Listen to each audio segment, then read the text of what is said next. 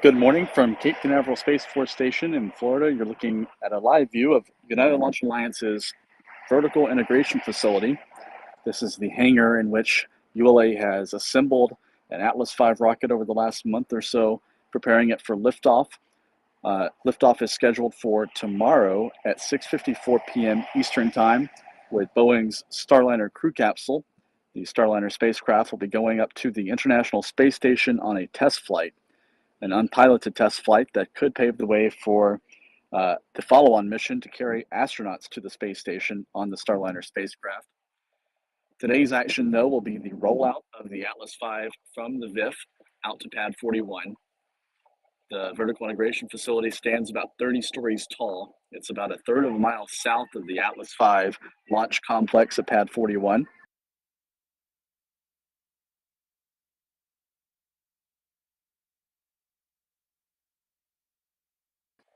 That rollout is expected to get underway shortly. The latest estimate we had for the first motion time would be around 10:15 a.m. Eastern Time. That's 14:15 UTC. The Atlas V rocket, on the eve of its launch date, typically and customarily rolls out of the VIF around 10 a.m. Eastern Time here at Cape Canaveral. Sometimes that does run a few minutes behind schedule, and that's the case this morning.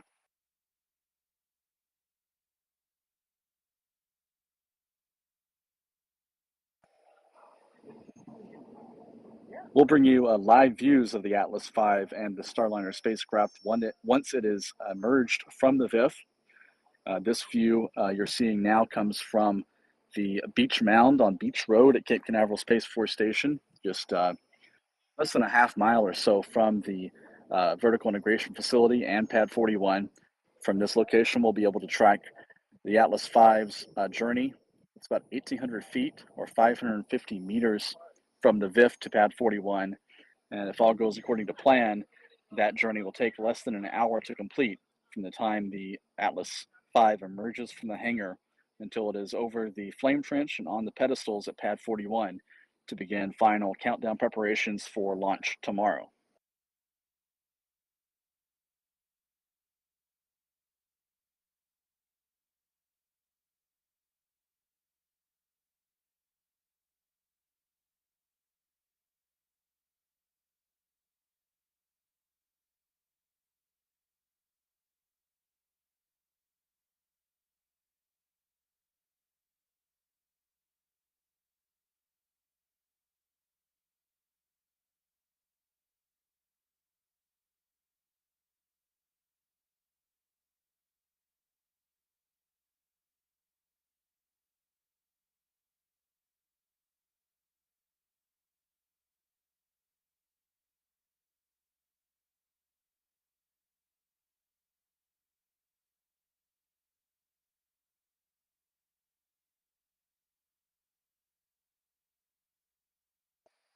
The rollout of the Atlas V rocket this morning continues a busy start to the day here on Florida's Space Coast. A Falcon 9 rocket launched from Pad 39A just up the coast, a couple of miles away from the building you're looking at now, at 6:59 a.m. this morning Eastern Time, or 10:59 UTC, with a batch of 53 Starlink internet satellites. And with that rocket off the ground, attention now turns to Pad 41 for the next launch here on the Space Coast. Again, that will be flying an Atlas V rocket built and owned by United Launch Alliance, which is a 50-50 joint venture between Boeing and Lockheed Martin. ULA operates the Atlas and Delta rocket families and is developing the next generation Vulcan Centaur rocket. This mission, set for liftoff tomorrow evening, just before 7 p.m. Eastern Time, will be the 93rd flight of an Atlas V rocket since its debut back in August of 2002. And it will be the third Atlas V launch so far this year. And again, it's carrying the Starliner crew capsule on a test flight to the International Space Station. This test flight is known as Orbital Flight Test 2, or OFT2, and it's a final checkout for the Starliner system before NASA and Boeing certify it to carry astronauts.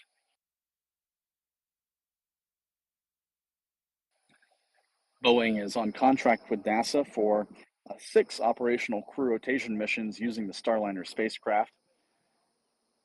Also, this mission included OFT-2 as well as the crew flight test, which is a test flight with astronauts, as well as the OFT-1 mission back in 2019. That's a total of 9 Starliner missions, either accomplished or on contract with Boeing. All of those are slated to fly on Atlas V rockets.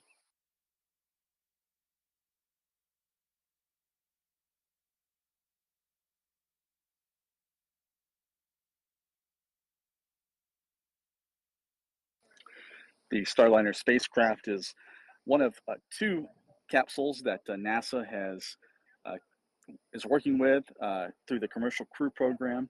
NASA's Commercial Crew Program back in 2014 awarded contracts to Boeing and SpaceX to develop human-rated spacecraft and rockets and to fly astronauts on crew rotations to the space station to end NASA's sole reliance on Russian spacecraft for crew transportation services. The Crew Dragon spacecraft from SpaceX, which launches on the Falcon 9 rocket, flew for the first time with astronauts back in May of 2020.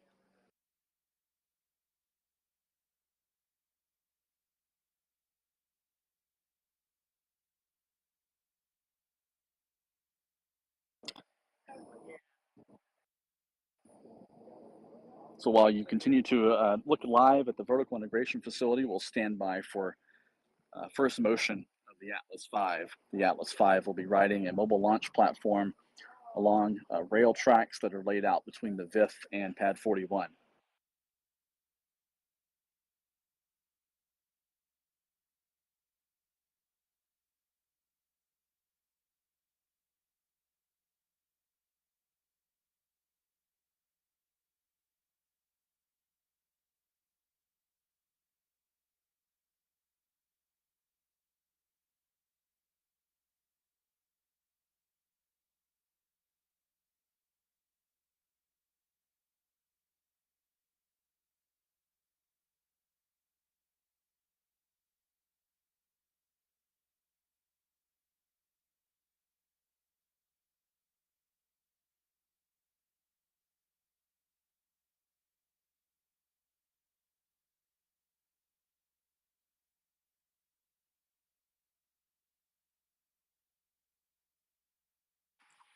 In the past few minutes, we've confirmation from the United Launch Alliance that the launch director at the Atlas Space Flight Operations Center has given his go for rollout of the Atlas V. Also, in the past few minutes, the mobile launch platform that holds the Atlas V vehicle has been raised to its pedestals. It's been jacked to the proper position to begin the rollout from the VIF.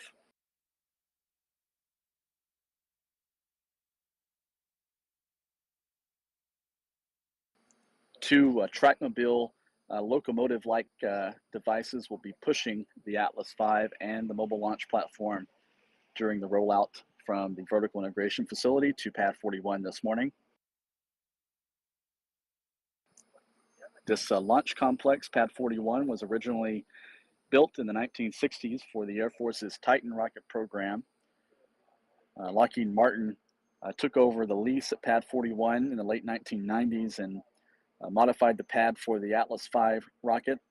Those modifications included the construction of the vertical integration facility that you're seeing in this live view from Cape Canaveral, Florida.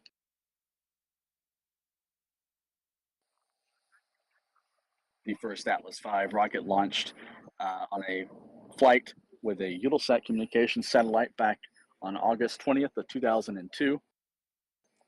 And this mission scheduled for launch tomorrow evening will be the 93rd flight of an Atlas V. Later on, once the Atlas V nears the launch point at Pad 41, you'll see the crew access tower at the Launchpad, which was constructed about 7 years ago to prepare for crew flights on the Starliner spacecraft. That crew access tower will allow astronauts to ride an elevator up to the height of the Starliner capsule and then enter the Starliner spacecraft through a hatch while the Atlas V is on the launch pad.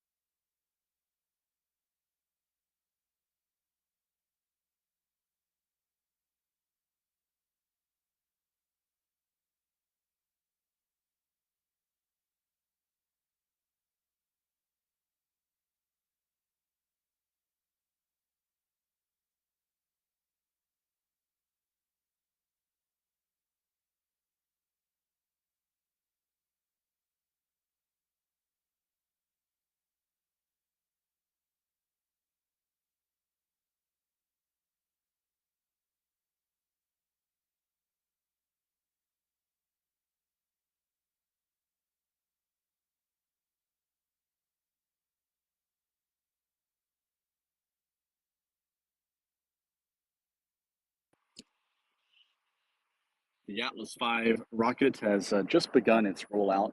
It's not quite visible. It hasn't exited the doors of the vertical integration facility quite yet, but ULA reports the first motion of the mobile launch platform occurred at 10:14 a.m. Eastern Time, 14:14 UTC.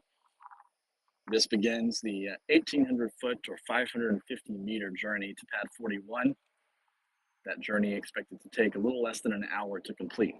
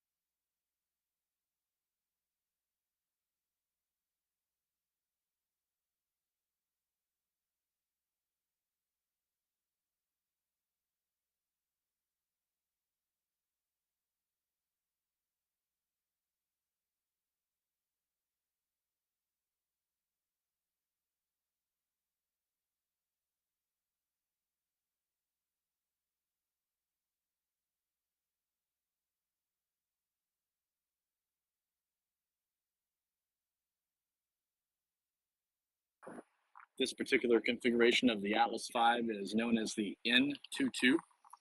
The N designates that there is no payload fairing on board the vehicle. The Starliner spacecraft is not enclosed inside of a shroud. It's exposed during the launch sequence. The 22 represents two strap-on solid rocket boosters on either side of that bronze-colored first stage of the Atlas V. And the second two represents the configuration with a two-engine or dual-engine Centaur upper stage, two RL-10 engines provided by Aerojet Rocketdyne power the Centaur upper stage. In this view, you can see the Starliner spacecraft on top of the Atlas V. Again, the entire stack of the launch vehicle and the capsule stands 172 feet or 52 meters in height.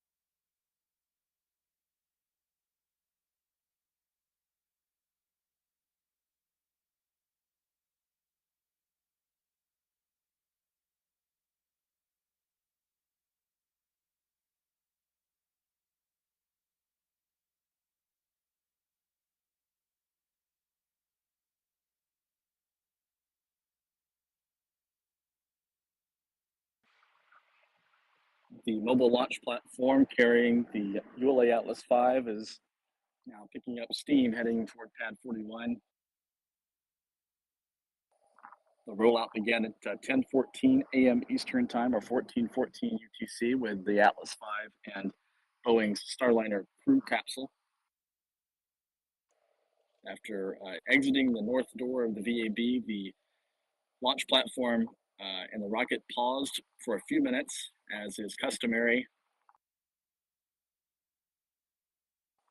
and now clear of the VIF door, well clear of the VIF door, the Atlas V has begun its journey toward Pad 41.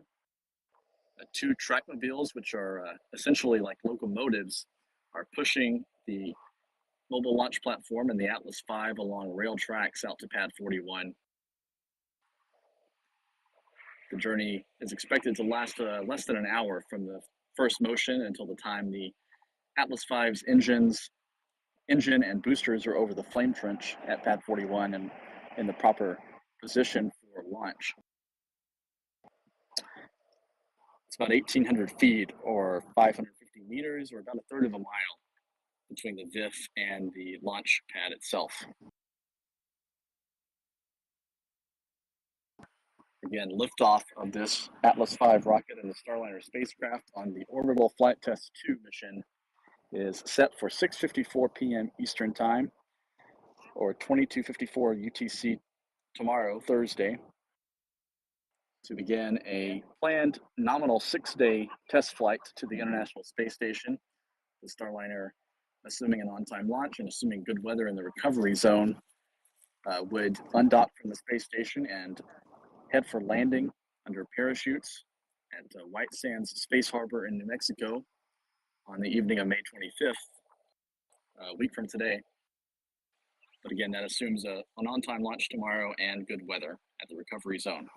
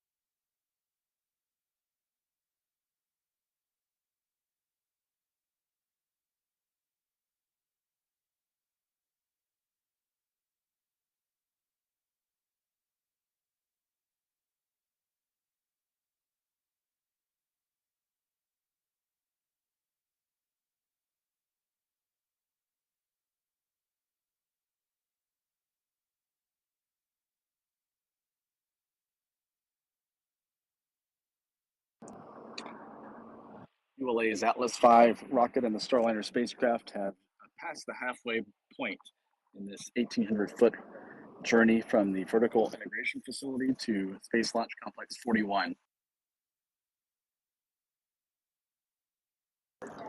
The mobile launch platform reaches a top speed of a couple of miles per hour during this stretch of the rollout. It obviously moves a little slower when it's coming out the door of the VIF. It will also slow its speed when it nears the launch pad itself once it passes inside the fence and within the lightning towers, as an alignment system makes sure the bottom of the mobile launch platform, as well as the RD-180 engine on the first stage, is perfectly aligned over the flame duct.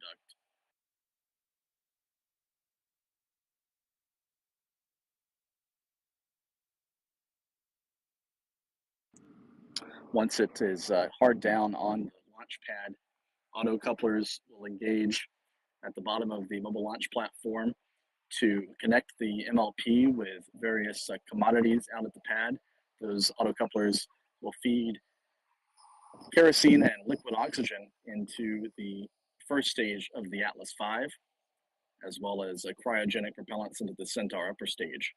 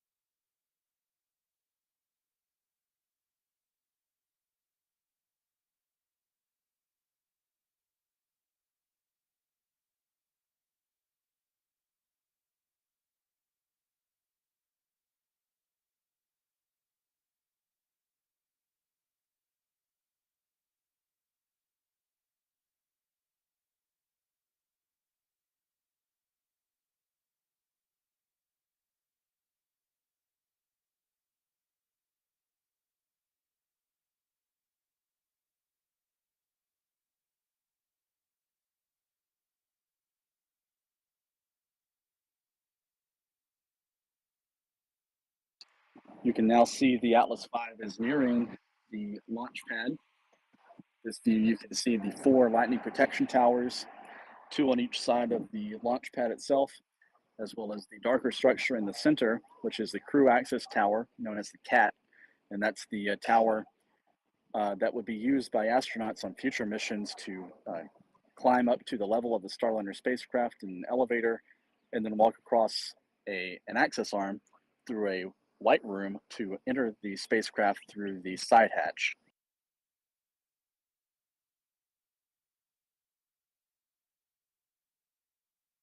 This mission, this particular flight, known as Orbital Flight Test Number 2 or OFT2, is not carrying a crew. It's a shakedown cruise of sorts for the Starliner spacecraft. This test flight has been delayed. In fact, it's actually a redo of the OFT1 mission, which launched on an Atlas V back in December 2019, but was cut short due to a mission timing error, a software error on board the Starliner spacecraft that caused it to burn too much propellant after deploying from the Atlas V, and that prevented it from reaching the International Space Station as planned. So it was unable to demonstrate its rendezvous and docking systems, as well as integrated operations at the space station. The capsule did return to a safe landing in New Mexico. This particular spacecraft on the Atlas V today is a different spacecraft. Boeing has 2 space qualified Starliner spacecraft. Both are reusable. And this particular spacecraft is one of the 2. The other one was the capsule that flew back in 2019. And it's slated to be the spacecraft that would be used by the crew flight test, the first Starliner crew mission. This particular spacecraft, after the OFT2 mission is complete, and assuming a safe landing, would be refurbished for the first of Boeing's 6 crew rotation flights, operational missions up to the space station.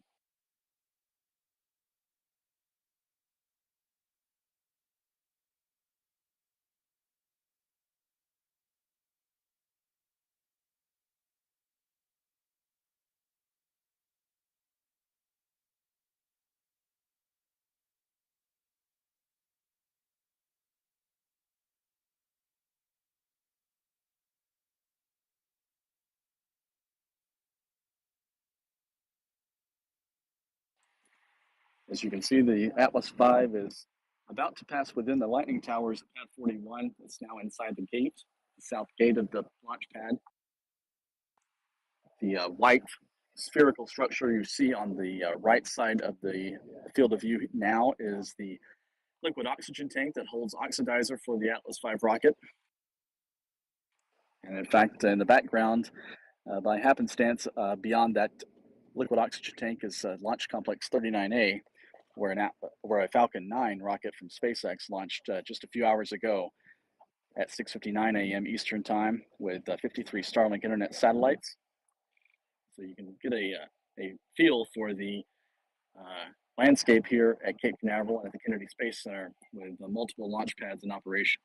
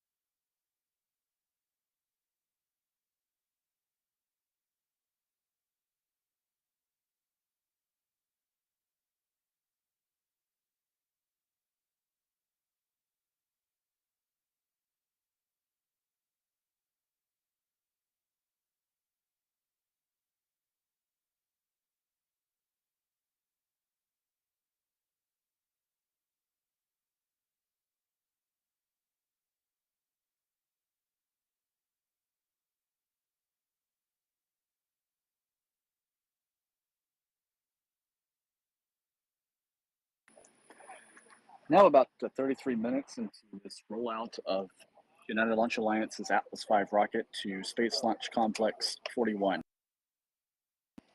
The Atlas V is now inside the fence, inside the perimeter fence of Pad 41. And as is typical at this stage in the rollout sequence, the motion is slowing down to allow the alignment system to ensure that the mobile launch platform is properly positioned over the flame duct at Pad 41.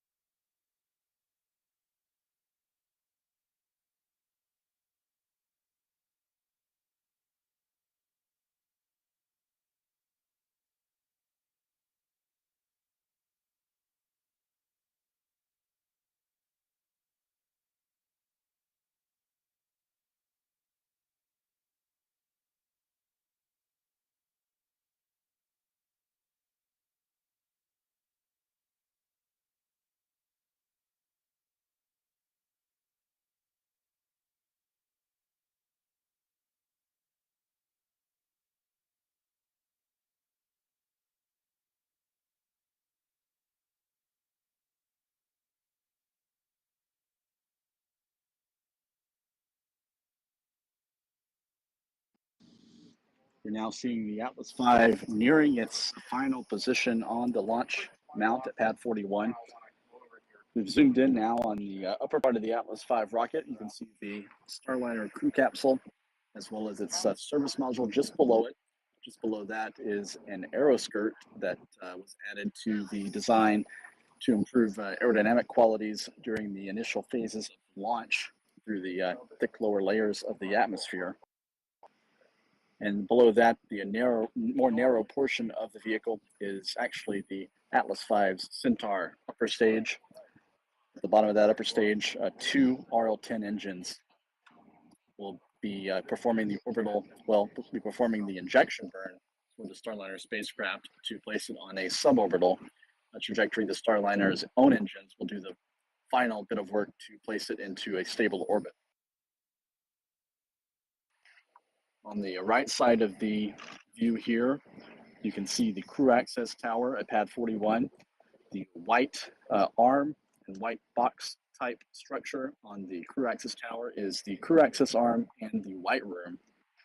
And that white room is the part of the tower that will rotate into position and hook up to the Starliner spacecraft and move up against the side hatch. And for future missions, that's where astronauts will board the spacecraft a few hours before launch. Since this mission is not carrying a crew, it's a test flight, Boeing and ULA personnel comprising the so-called blue team or closeout crew will actually be in that white room throughout the afternoon today as well as tomorrow, performing testing and checkouts and practice runs for future crew missions. They'll also load some last-minute time-sensitive cargo into the spacecraft and then close the hatch for launch.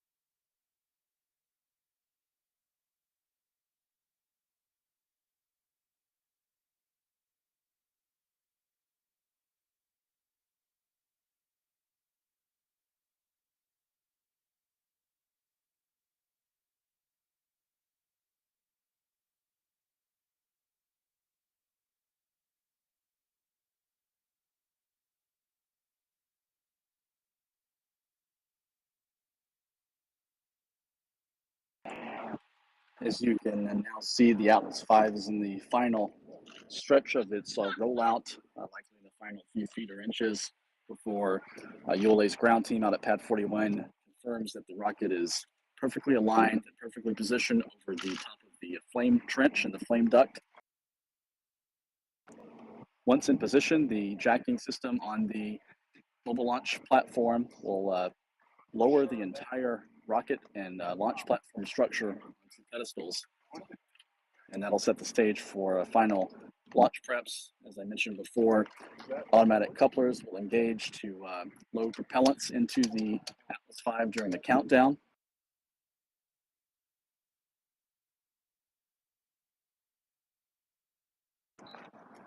Kerosene fuel will be loaded into stage 1 later this afternoon if all goes according to plan.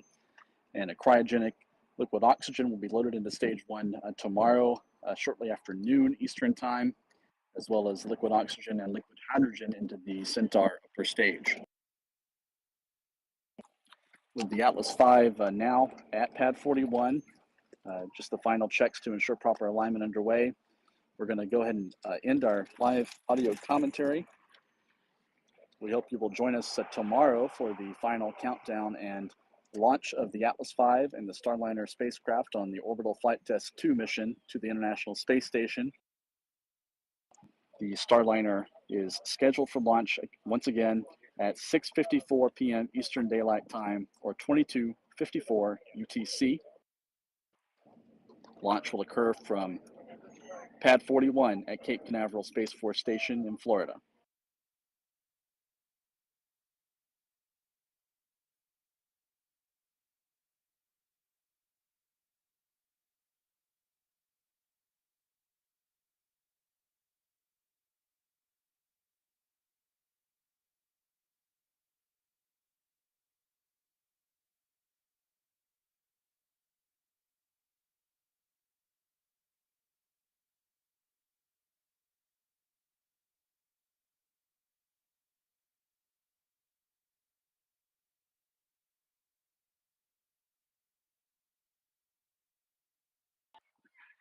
Once again, thank you for joining us this morning for the rollout of the ULA Atlas V rocket and Starliner spacecraft. The rollout began at 10:14 a.m. Eastern Time, or 14:14 UTC. The rocket now at pad 41 to begin final launch preps. Liftoff tomorrow at 6:54 p.m. Eastern Time, or 22:54 UTC. It's been quite a morning here on the Space Coast with the launch of a Falcon 9 earlier this morning, followed by the rollout of an Atlas V rocket just now completing. So join us tomorrow for the live launch coverage beginning tomorrow afternoon. If you want to support our coverage, you can go to spaceflightnow.com, click the members tab. Any contribution you provide goes toward expanding and improving our coverage of launch activity here on Florida Space Coast and around the world. Until tomorrow, I'm Stephen Clark from Spaceflight Now, reporting live from Cape Canaveral Space Force Station.